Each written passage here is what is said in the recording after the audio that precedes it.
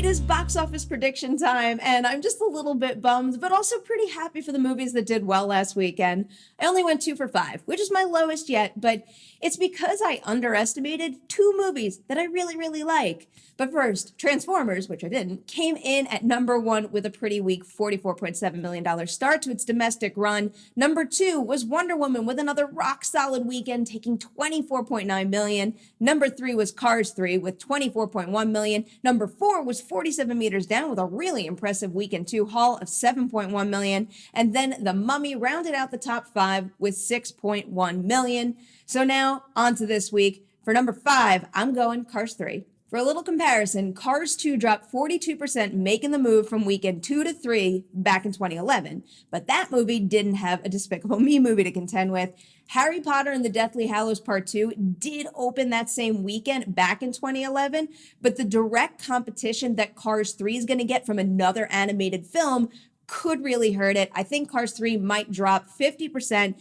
That would leave it with about $12 million, but that should be enough to knock that Amy Poehler, Will Ferrell comedy The House, which no one's talking about, completely out of the top 5. The number 4 spot now could be a little bit of a toss-up between Wonder Woman and Baby Driver, but given how many times underestimating Wonder Woman has ruined my predictions, I'm going to go ahead and put Baby Driver at number 4. This thing is getting excellent reviews across the board, and even though it might be a little under the radar, especially when you compare it to other summer blockbusters, I do have a very good feeling that word of mouth could give it a nice boost.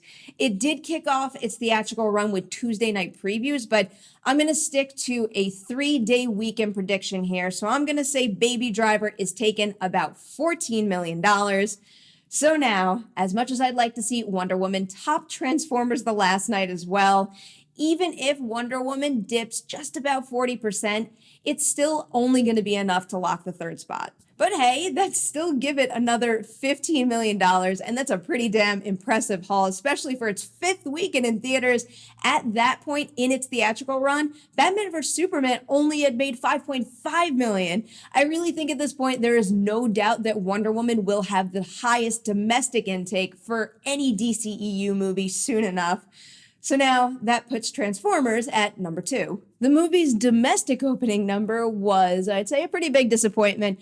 And I don't think its weekend 1 to 2 drop is going to help at all. It doesn't have nearly as much to lose, but if it drops 60%, similar to what happened with Age of Extinction back in 2014, it's looking at a total of just about $18 million. So Paramount probably won't be too happy with that. But you know what? Illumination and Universal will likely enjoy their weekend because even though Cars 3 is still in the game, Despicable Me 3 is going to have no trouble locking that top spot. Despicable Me 3 is outselling Despicable Me 2 on Fandango.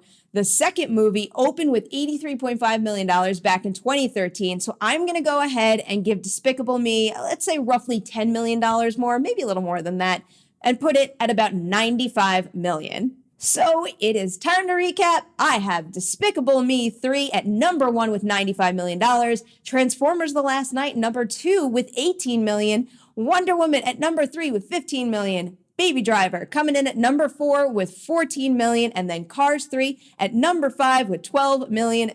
So now it's your turn. Please give me your 5 predictions in the comments below. I love reading them. And until next time, bye-bye.